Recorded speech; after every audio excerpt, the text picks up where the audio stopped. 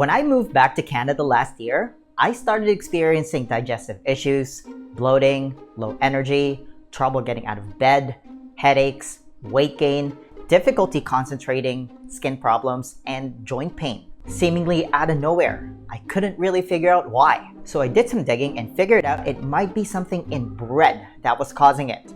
I was right. After 30 days without eating bread, all my symptoms went away. I'll give you the full story on how I was able to do it, including some delicious bread alternatives that made it possible for me to give up bread. But first, let me give you some context that's really important to understand all of this. After living in Mexico for a bit, I moved back to Canada last year to spend time with my family. One of the foods I missed eating from living overseas is bagels. So I started incorporating it as part of my regular diet. I usually had it after my workout. That was also the time when I started experiencing my symptoms. There's clearly something in bread that was causing problems to my health. When I did some research about what bread does to the human body, I was shocked. Here's the problem with eating bread. I'm talking about conventional bread you can buy at your local grocery store. If you look at the ingredients list of your typical bread, and there's a laundry list of it, there's wheat flour, which means it has gluten, major red flag. There's processed sugar and starch, which are empty calories.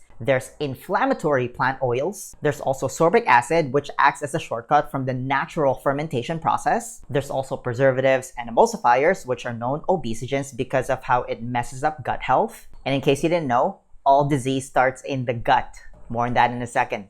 And because bread is made out of wheat, you're also dealing with pesticide exposure in the form of glyphosate, another known obesogen because it acts as an antibiotic once it enters your body. Wheat also contains other anti-nutrients in the form of lectins and phytates. In short, the average typical bread you can buy at the store is an ultra-processed frankenfood. The problem is, bread is a comfort food for a lot of people. Bagels were clearly one of my comfort foods. Bread is a vehicle for peanut butter and jelly, ham, cheese, butter, and basically any sandwich combination you can think of. I get it, it's delicious, but here's the ugly truth. Eating conventional bread is absolutely not worth any of the negative effects on your health, especially if you're already experiencing any of the symptoms I mentioned earlier. But again, don't worry, I'm also gonna give you some delicious bread alternatives, so hang tight.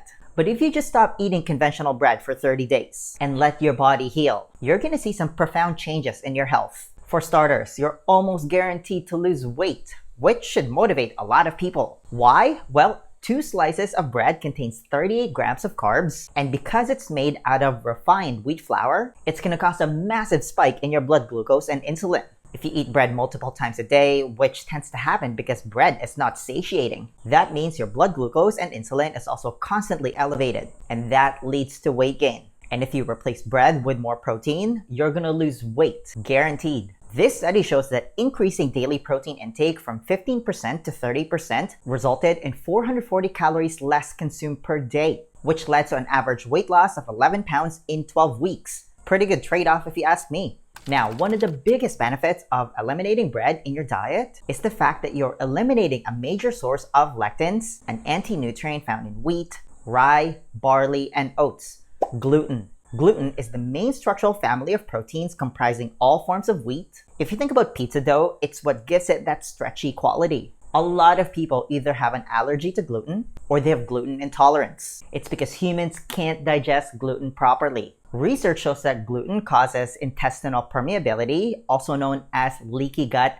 in all people. Leaky gut then leads to inflammation, a key factor in most illnesses, many mental health issues, and neurodegenerative diseases like dementia. According to this paper, leaky gut may be associated with autoimmune diseases like lupus, type 1 diabetes, multiple sclerosis, as well as chronic fatigue syndrome, fibromyalgia, arthritis, allergies, asthma, acne, obesity, and even mental illness. That was a huge light bulb moment for me when I discovered that. Human beings simply don't have the necessary enzymes to completely break down gluten, which allows it to wreak havoc on our system and potentially cause disease. This is why you're always bloated and gassy when you eat bread. It's a clear-cut sign your body doesn't agree with it. Keep in mind that we evolved as human beings around 2.5 million years ago. Grain cropping only began 10,000 years ago, meaning we did not eat grains for 99.6% of human history. That's why we have a hard time digesting it.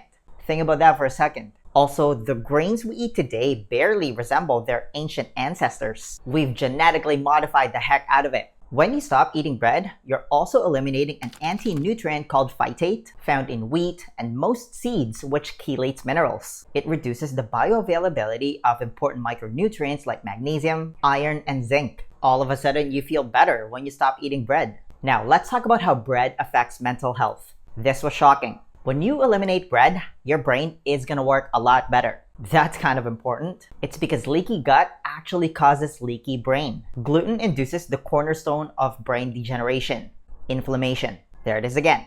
Gluten and inflammation basically go hand in hand. It causes leakiness of the blood-brain barrier. Your immune system starts attacking your own brain when you're constantly eating bread. That's never a good thing. Bread also releases opioid-like compounds capable of causing mental derangement if they make it to the brain. So when you stop eating bread, you're gonna have less brain fog, less headaches, you're gonna feel less anxious and depressed, you're gonna have more stable energy and mood, more mental clarity, better memory, more attention, and less ADHD. You're also going to have less aches and pain throughout your body because you have less inflammation overall. If you have anything that ends with itis, like arthritis, which is often triggered by leaky gut, you're going to see massive improvements in those conditions. Speaking of ADHD, there is a disturbing amount of kids getting diagnosed with ADHD. Could bread and other ultra-processed grains like chips, pasta, and cereal have something to do with it?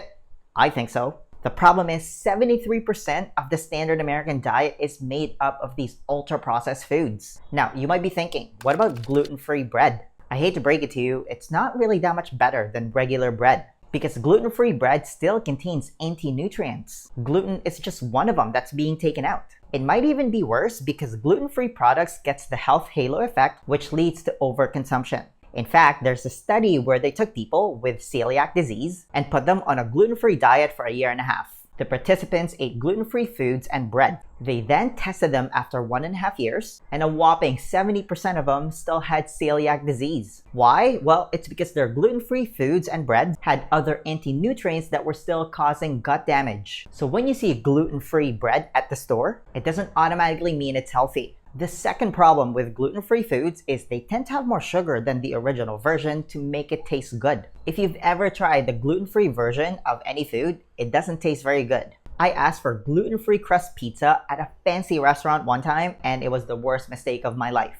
Now, the good news is there are now a few companies that make delicious grain, gluten, and lectin-free bread. Julian Bakery, for example, sells delicious grain-free coconut bread made with high-quality ingredients. Coconut, in case you didn't know, is very low in anti-nutrients. Now, you probably noticed that Julian Bakery also makes almond flour bread. I'm personally not a fan because almonds, just like grains, is a type of seed. Seeds are very high in anti-nutrients. Almonds contain phytates, which again chelates minerals. Almonds also contain oxalates, the stuff that causes kidney stones. I'm not saying that almonds are bad. As always, the dose makes the poison. Bread Seriously is another company that makes classic gluten-free sourdough bread. And if you're craving other grain-based treats like pancakes, cassava flour or coconut flour are great flour alternatives. If you're looking for pasta alternatives, there's shirataki noodles made from konjac root. Another great company is Jovial. They make 100% organic grain-free cassava noodles. As you can see, you don't have to completely give up bread and other grain-based comfort food like pancakes and pasta.